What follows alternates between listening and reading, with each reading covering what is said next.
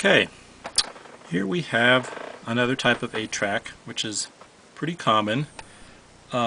These are held on by 5 posts. Here, here, in the center, and 2 at the rear. These are probably one of the most widely used types of fasteners on 8-tracks. Almost every time you need to cut the label on these along the seam, like you do with the straight edge, like so, and you need to find where the holes are, where the posts are, and you take your straight edge razor and you do a cross cut, which I've already done on this. You would cut here, here, and cut here. Now, most people would try to open it from the rear. Over the years, I've found out the most successful way is to open it actually from the front. And what I usually do is I will try to prime the tab to loosen it up, which usually lessens the chance that it'll break. I take my straight edge jeweler's screwdriver, put it in the hole on the tab, and just kind of exercise a little bit, push it up a little bit. And the same with all of them, just kind of go around and push them up.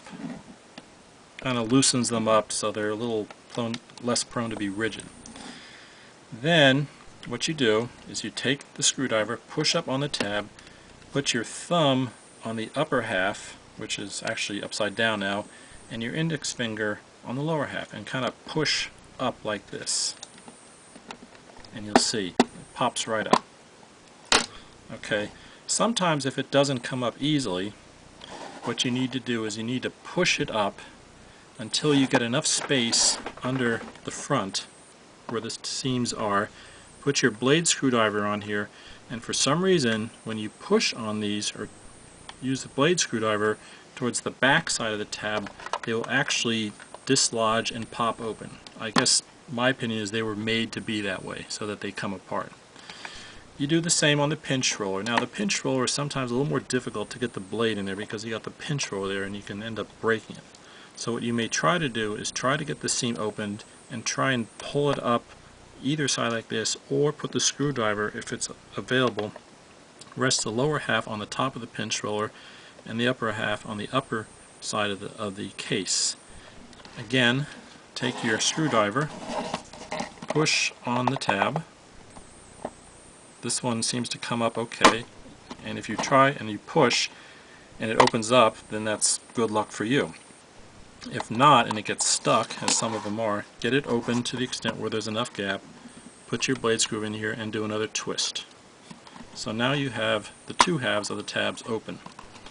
Then you try to work on the center one. Now this time these can be a little difficult. Sometimes they come out easily, sometimes they don't. If you're having trouble and the darn thing doesn't want to pull out, you take your screwdriver and you just have to work it back on the tab and kind of gnaw at the edge of the tab till it gets worn down enough that it'll pull past the tab. Hopefully you don't have to do that, but sometimes you do. Then what you do is you take your screwdriver, you push on the tab, and while you're doing that, you put your fingers at the bottom to hold the back down, and then lift up with your finger and thumb on the upper half, like this. And you'll see it pop up. And then you work on the last 2 tabs, one side at a time. Push down, lift up on the top with your finger gently, don't break it, and kind of work back and forth until they pop up. Hold the tape together. You don't want it to fall off the spool. Carefully turn it over and lift up, and that's it. And there are your 5 tabs.